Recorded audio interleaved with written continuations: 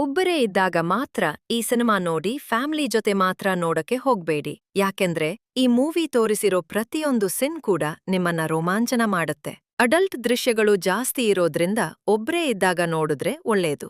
ಈ movie link ಬೇಕಾದ್ರೆ link ಅಂತ ಕಾಮೆಂಟ್ ಮಾಡಿ.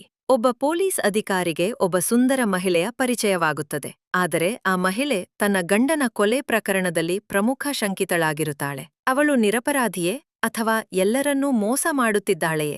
ಕಥೆಯ ನಾಯಕ ಕ್ರಿಸ್ ಮಾಗನ್ ಒಬ್ಬ ಪೊಲೀಸ್ ಅಧಿಕಾರಿ. ತನ್ನ ಇಲಾಖೆಯಲ್ಲಿರುವ ಕೆಲವು ಭ್ರಷ್ಟಾಚಾರದ ಘಟನೆಗಳಿಂದ ಬೇಸತ್ತು ಸ್ವಲ್ಪ ಸಮಯ ರಜೆ ತೆಗೆದುಕೊಳ್ಳುತ್ತಾನೆ. ಅದೇ ಸಮಯದಲ್ಲಿ ಅವನಿಗೆ ಕಾರಿ ಟ್ರೂಟ್ ಎಂಬ ಮಹಿಳೆಯ ಪರಿಚಯವಾಗುತ್ತದೆ. ಕಾರಿ ಒಬ್ಬ ನೈಟ್ ಕ್ಲಬ್ ಗಾಯಕಿ. ಕ್ರಿಸ್ ಅವಳತ್ತ ಆಕರ್ಷಿತನಾಗುತ್ತಾನೆ. ಅಲ್ಲಿಂದ ಅವರಿಬ್ಬರ ಮಧ್ಯ ಅಫೇರ್ ಶುರುವಾಗುತ್ತೆ. ಮುಂದೆ ಏನ್ ನಡೆಯುತ್ತೆ ಅಂತ ಸಿನಿಮಾ ನೋಡಿ ತಿಳ್ಕೊಳ್ಳಿ. ವಿಡಿಯೋ ಇಷ್ಟ ಆದ್ರೆ ಲೈಕ್ ಮಾಡಿ, ಶೇರ್ ಮಾಡಿ. ನೆಕ್ಸ್ಟ್ ವಿಡಿಯೋಗೋಸ್ಕರ ತಪ್ಪದೇ ಚಾನಲ್ ಸಬ್ಸ್ಕ್ರೈಬ್ ಮಾಡಿ. ನಮಸ್ಕಾರ.